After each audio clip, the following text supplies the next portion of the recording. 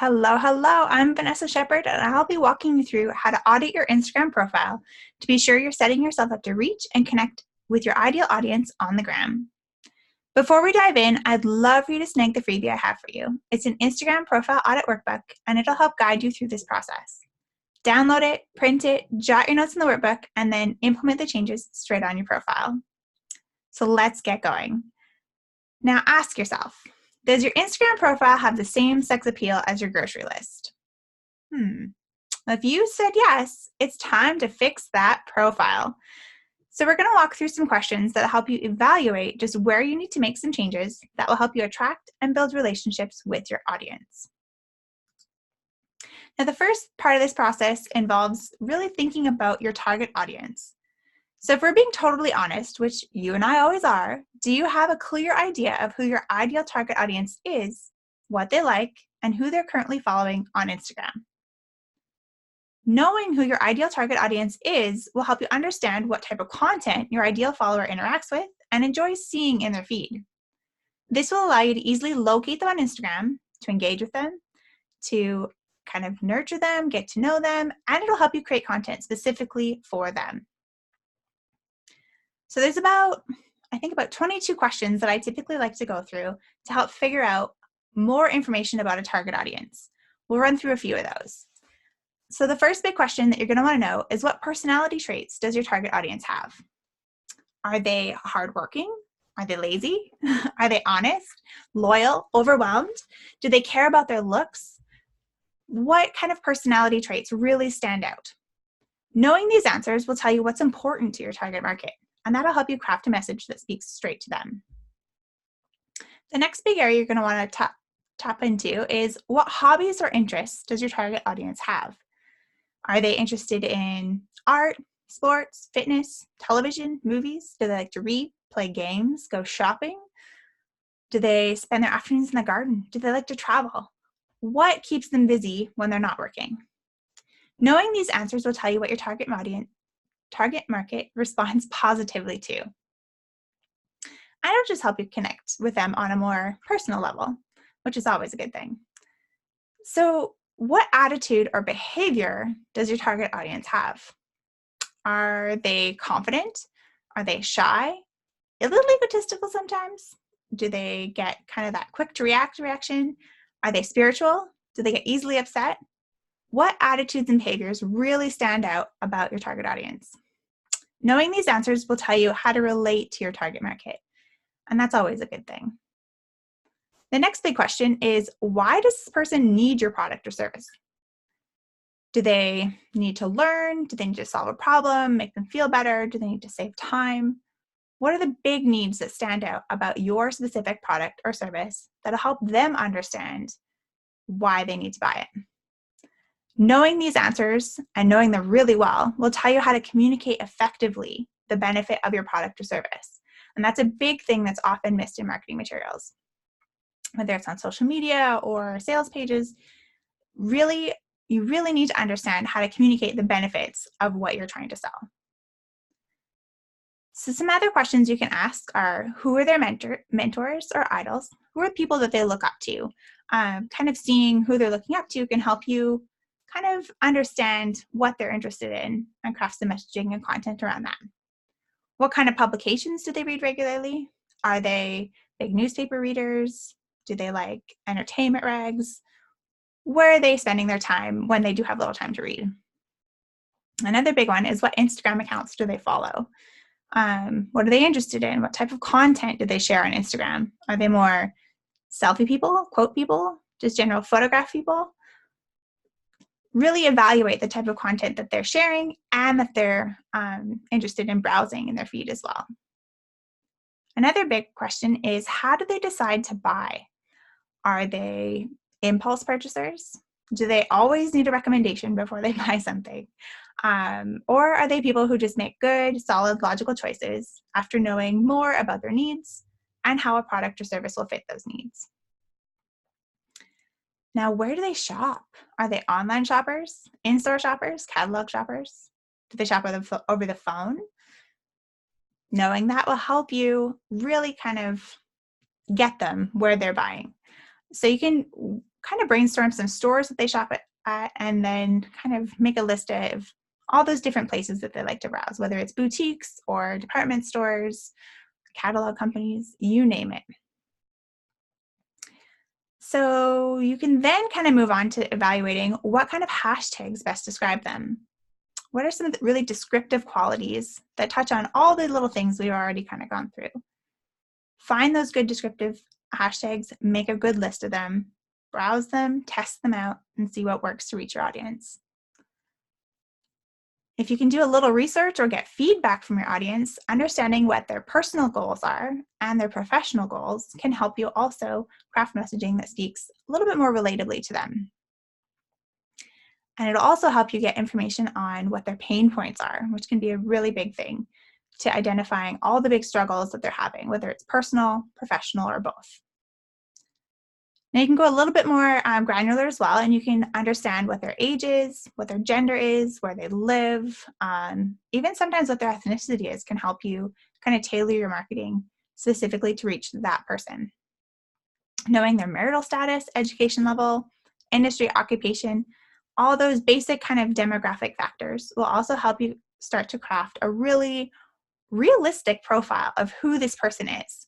Often when you pull all this demographic information together, you'll hear that referred to as a customer avatar. And knowing and having like a really good idea of what that avatar looks like can really help you kind of jot it out on a nice piece of paper. I like creating a little profile with a picture of what this person could look like, all this demographic information built out. And I have that sheet literally on my desk when I'm writing out copy, when I'm creating content for social media, when I'm blogging, when I'm emailing my list. I want to speak directly to that customer avatar every single time. So kind of pull this information together in a way that works for you. And if you're like me, create a sheet, have it be a reference. If you like having it in a workbook, refer to that workbook when you're creating your content. It'll help you get that message right every single time. Now, once you get the kind of target audience piece nailed down, you're going to want to move on to your brand on Instagram. So the big piece is, does your Instagram photo and username reflect who you are as a brand or the brand that you're looking to promote and market on Instagram? So some elements you can consider when choosing a profile picture, you're going to make sure that the photo of the face of the brand or logo is really clear and evident, not grainy, not like all pixelated, nothing like that. Make sure it's clear and identifying either the main face of the brand or the logo for the bigger company. You're going to want to make sure that that profile picture is clear, that it's high quality, an image ideally on a solid background. You're going to want to make sure that the picture itself is friendly and approachable. And if you're using a logo, it should be obvious what type of business that you're in. It's not always obvious, so try and make that as clear as possible. Now, some elements to consider when you're choosing a username, you're going to want to keep it short and sweet. You're also going to make it legible. You should be able to see where one word ends and one begins quickly. Don't put a bunch of S's or B's or other letters in a row. That gets really messy and people have a really hard time finding you. Your username should also be descriptive of you and your business as much as possible. You're not going to want to add any extra punctuation like periods, underscores, or numbers. Those just get messy. Also often causes some mistakes when people are typing things in, and you don't want to be number 52 of the same username. That's not memorable at all. And that leads me to my next point. Make sure your username is unique, as it stands out, it's memorable, that your audience can find you as quickly and easily as possible. And as much as possible, your username should also match your other social media handles and your web domain. You want to make that consistent every single time. So for instance, for myself, if somebody goes to Pinterest, Instagram, Facebook, Twitter, even YouTube, my social handle is the exact same as my domain. Makes it really easy for people to find. So with the profile piece underway, you're going to want to move on to the next step, your bio. Now, is your Instagram bio optimized for increased traffic and followers? That's a really good question. And what the heck does that mean? Well, in the headline, that's the naming section of your bio. You're going to want to put the most important keywords that help describe your account. That line, the headline line, is searchable within Instagram, so this line will help you show up in search results. Use your characters wisely. Now your website piece, that you're going to want to choose a link that's going to something really specific, a blog post, an opt-in, a product page. Make sure that you're taking your audience somewhere where they can actually take some action and get some value and get to know you. Don't just take them to the homepage. They get lost and they'll click off in an instant. Now your bio text, it describes what your account is about. You're going to tell people exactly what you do and how you help them. As much as possible, you're going to want to include social proof if you have it, like tagging an account that you've grown already. You're also going to want to include contact info to make it easy for people to contact you. Email is the way to go. It's my number one go-to for your bio. You're also going to want to include a call to action to help your followers take an action that you want them to take, whether it's reading your blog post, downloading an opt-in, going to your podcast page and taking a listen, whatever you want them to do. Make sure that you make that really stand out in your bio text. And don't stuff your bio with hashtags. Stick to branded hashtags that you want your profile to see and use. If you use too many other hashtags, it gets messy and you're just going to get lost on your audience anyway. Now your business information, you're going to want to connect your Facebook page, choose your contact options and category for your business. Be as accurate here as possible so that people can really help understand more about what your business does and how they can interact with you. And the category for Instagram as well, choose one that's relevant for you, your business, your brand, whatever you're advertising on Instagram. Now the next big question is your bio link optimized to take visitors to a location that further proves your authority or provides value to your audience? Really good question. Instagram gives you one link in your bio, so you need to make the very, very most of it. Avoid linking to your homepage. Instead, choose a specific page that your visitor doesn't get lost. So an opt-in works great, a blog post works great, a product page, even a survey page can be really useful. If you want to take your user to multiple value-added links, then you can use a tool like making an Instagram-specific landing page on your website, or using Later's link in bio page, Linktree. I believe Tailwind just came out with like a link in bio service today for free as well. Any of those other kind of options will give you the ability to provide multiple places that people can navigate to. And you're going to want to also use a business account for Instagram. So a business account will help you build your audience through Facebook's business tools, which will help you grow your audience now and be ready for when you want to run ads later. It'll also provide you with some handy metrics that can give you feedback about your audience, who they are, what they interact with, how many posts they've engaged with, and it'll also give you a breakdown of how well your posts performed overall, whether it's on your feed or in stories. So once you're ready to start kind of getting your posts together, you're going to want to make sure that you have a specific theme or feeling of cohesion in your Instagram account. Having a clear theme and a sense of cohesion will help you gain followers and build an engaged audience a lot quicker. I see people who have a messy feed and it takes a long time to attract and engage their audience. But the people who have that kind of underlying theme, a good sense of cohesion, they have something, whether it's a pattern like tiling in your feed or using the same filters in all their images, alternating between product shots and quotes, whatever that theme is, just making sure it's consistent every single time will help you grow your audience really, really quickly. When your images have that thread holding them all together, it creates this visual aesthetic that people can't help but scroll through. So pro tip I have for making that sense of cohesion kind of flow every single time is to create a visual branding guide that you can reference to make sure that your feed has that strong sense of cohesion and the lines to your brand colors, your brand fonts, the look, feel, and the vibe that you want your audience to see every single time. So for posts, you'll also want to use Instagram stories to reach your audience in different ways. So Instagram stories are a great way to humanize your Instagram presence and help people get to know you in a more personable way. You can add text, you can do polls, you can use stickers, filters. There's a whole bunch of cool options for creating content that attracts attention and engages your audience. It's really short-term content too. So that's why you're going to want to save those Instagram stories posts in Instagram highlights. So Instagram highlights are little pieces of information you can add to your profile to help people learn more about you, your brand, and what you do. They're made up entirely of Instagram stories posts. You can add a little cover to make them nice and cohesive, whether that's a little icon, a cute image that is on brand for you, a little piece of text, whatever you're going to want to be able to brand your whole Instagram profile together. Those highlights stick out right on your profile page, those little circles that you see.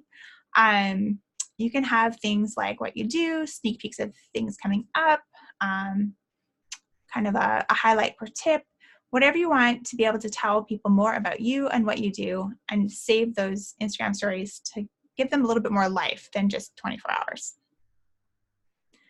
You're also going to want to use hashtags in your posts that are really relevant to your audience. So hashtags that are relevant to your audience and your business will help you get discovered a whole lot faster. You're going to want to do your research and work to find hashtags that your audience is using and engaging with on Instagram. Definitely put the time in here. You're going to want to stay away from hashtags that are prohibited, like profanity, sexual content, body-related content, anything that's, I don't know, use your judgment. Don't swear, don't be rude, don't be crude, and you'll be fine. You can put the time to brainstorming relevant hashtags. You can create your own, start a trend, whatever's going to work. I keep a running list of hashtags that I turn to and rotate kind of through them, and keep researching new hashtags every month and every quarter. And you're going to want to really, really know and understand the type of content your audience responds best to. Choosing the content to post on Instagram will be dependent on what you're most comfortable producing and what you think your audience will respond best to. Or if you've done your research and you know your audience really well, what you know they will respond to best based on how they're interacting with your posts. The content you post can include photos, videos, graphics, or albums that combine these items in different ways. Once you have that post kind of all refined and awesome, you're going to need to caption them. And captions need to capture the attention of your audience and engage them.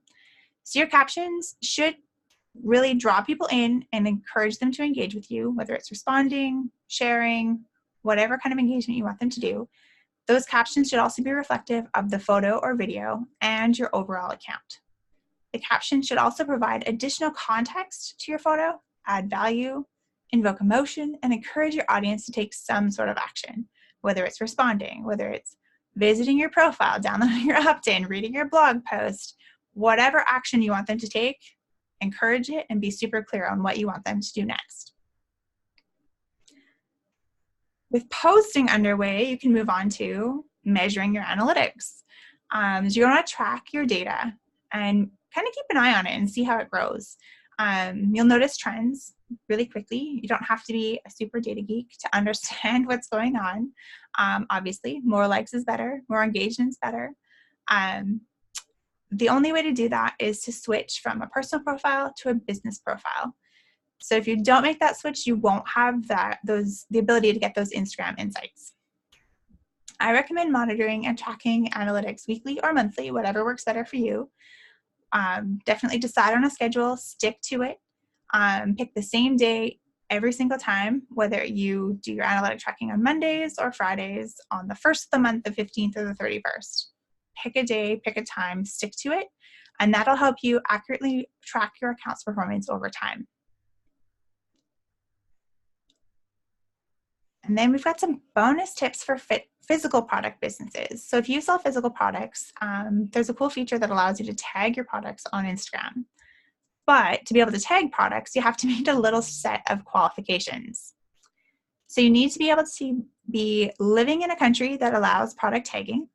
The US is a great option. They allow product tagging. You have to have a business profile enabled. You have to have a Facebook business page connected to your Instagram account. And you can only tag physical products, not digital products. Kind of a fun rule, but we roll with it. So you're going to want to make sure that you are setting up a business manager in Facebook, that you're connecting your Instagram account, your Facebook page, all those fun things together. You can connect your product catalog through the business manager as well. And once you have all those pieces connected, you'll be able to set up product tagging straight in your Instagram feed. And it makes it really quick and easy for people to click on the tag and shop right straight within Instagram. So basically, getting results in Instagram is the same as any other content promotion and engagement platform. You need to know your audience. You need to be consistent with how often you post and work to build know, like, and trust with them to turn prospects into customers and brand loyal followers. So quick summary of what we went over. You're going to get clear on your target audience, what they like, need, and struggle with. You're going to want to update your Instagram bio with keywords, a clear on-brand description of how you can help your audience, and you're going to want to post content that educates, inspires, or entertains your audience, and then track your results to watch how you grow over time. And that's a wrap. I'd love to connect with you on Pinterest and Instagram. My handle is @She'sGotVision. I hope you enjoyed working through how to kind of audit your Instagram profile and set yourself up to connect with your ideal audience. If you have any questions, connect with me on Instagram. Drop me a question anytime.